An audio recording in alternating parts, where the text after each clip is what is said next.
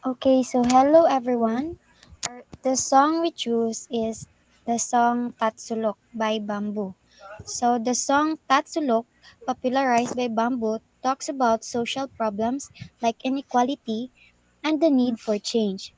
So these ideas are similar to what Karl Marx, a famous thinker, talked about in his ideas about class struggles and the power of the people.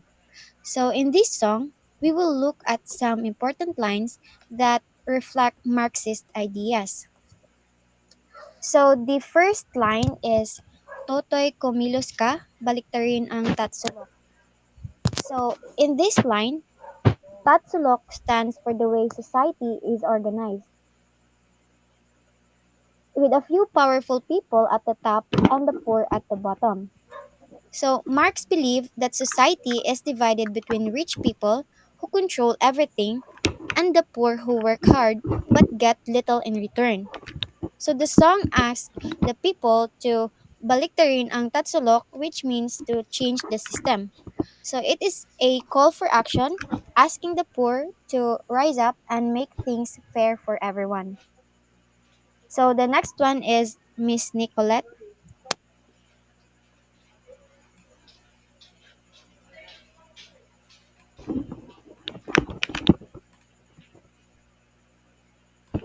All right, so thank you so much, Miss Annie Nguyen, and hello everyone. So the next selected line, which is hindi pulat, dilaw, tunay na magkalaban, ang kulay at tatak ay di siyang dahilan, from Bambus Tatsulok.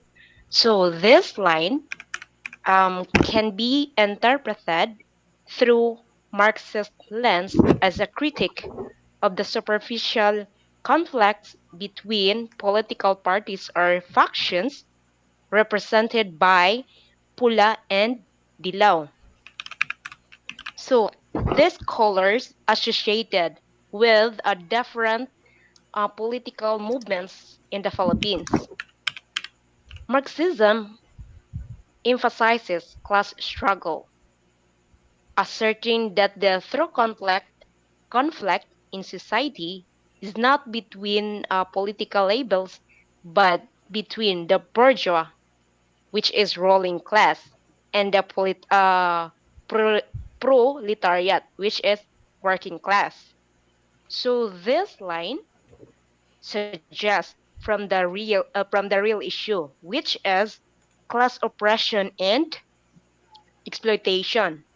So it reflects the Marxist idea that the state and political parties often serve the interest of capitalist class, and that real change can only come through class consciousness and solidarity among the working masses. So not through alliance to political colors. So the song calls for deeper awareness of systemic inequalities, echoing the Marxist belief in the necessity of dismantling capitalist structures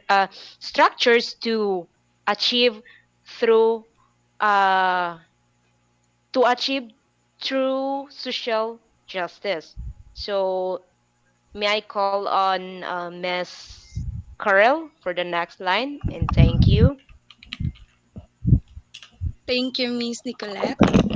As a listener, I interpret Bamboo's lyrics, which is habang may tatsulok at sila ay nasa tuktok, di matatapos ang gulo, as a direct commentary on societal inequality.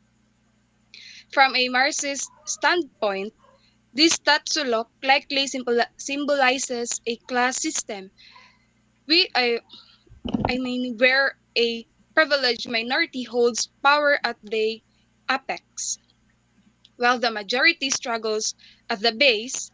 The persistence of conflict, as suggested by the lyric Di matatapos ang gulo, is a direct result of this unjust structure. It seems Bamboo is suggesting that true peace and harmony cannot be achieved until this order system is dismantled. And Miss Jewel for the next. Thank you. So the next line is hangga't marami ang lugmok sa kahirapan at ang hustisya ay para lang sa mayaman. So this line from Tatsulok reflect Marx's theory by highlighting class struggle and inequality.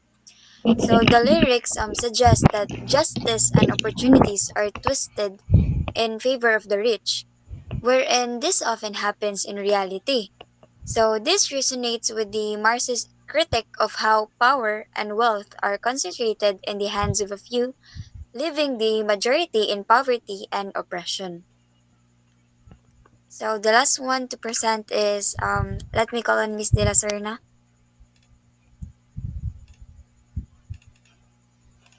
So now, let's analyze the line, iligtas ang hininga ng kairaming mga tao.